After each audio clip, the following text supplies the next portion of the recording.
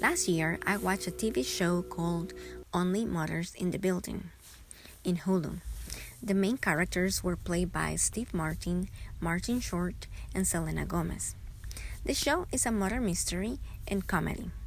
One of the first suspects of the murder was someone known as Tie-Dye Guy, a guy that was seen in the night of the murder going up the stairs while everyone else was evacuating the building where the main characters live, the Arconia.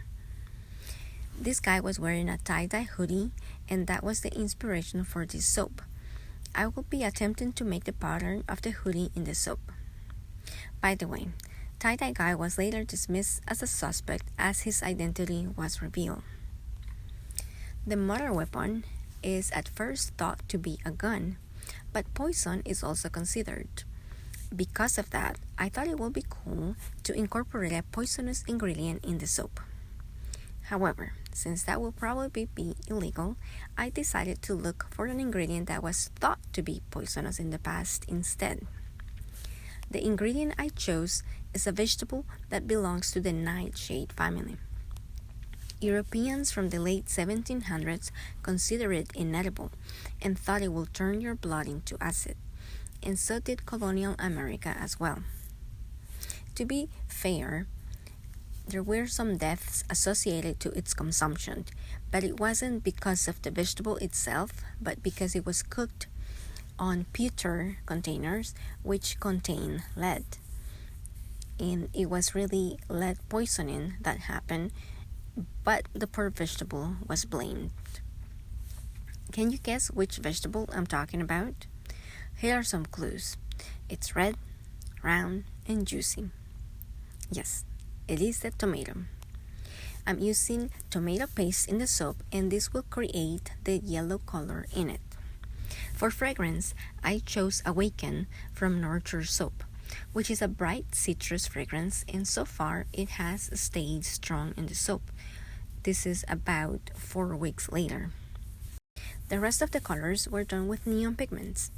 I'm going to include a link below that will list all the colors that I use and the amounts.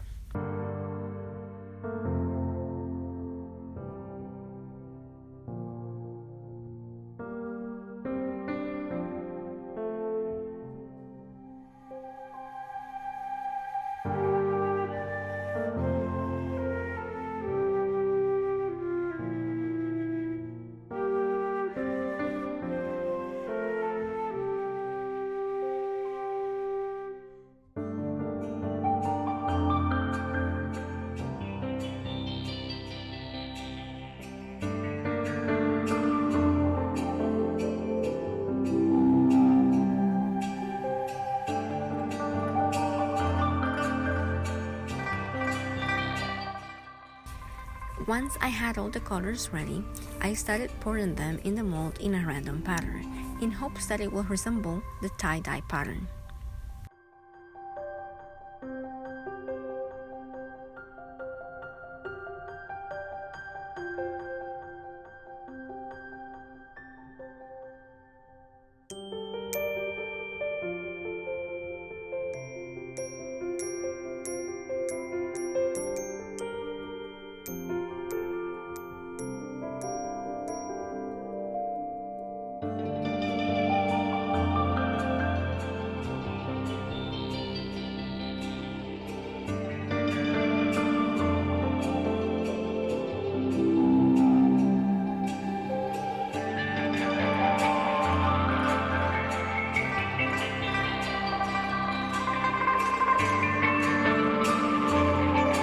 So I think it's been 3 days since I made it.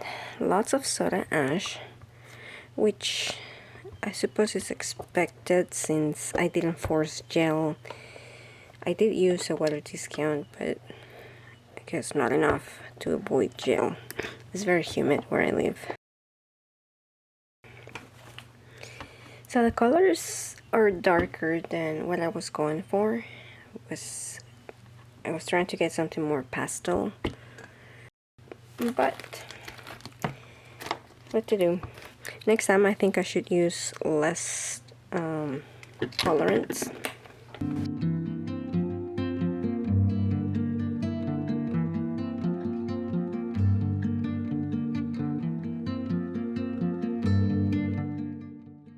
I believe I used too much of the tomato paste because I can see some chunks of it, and instead of a light yellow, I'm getting a darker, almost orange tone.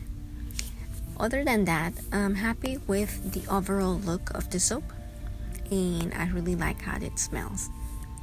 Thank you for joining me, and I'll see you next time. Bye.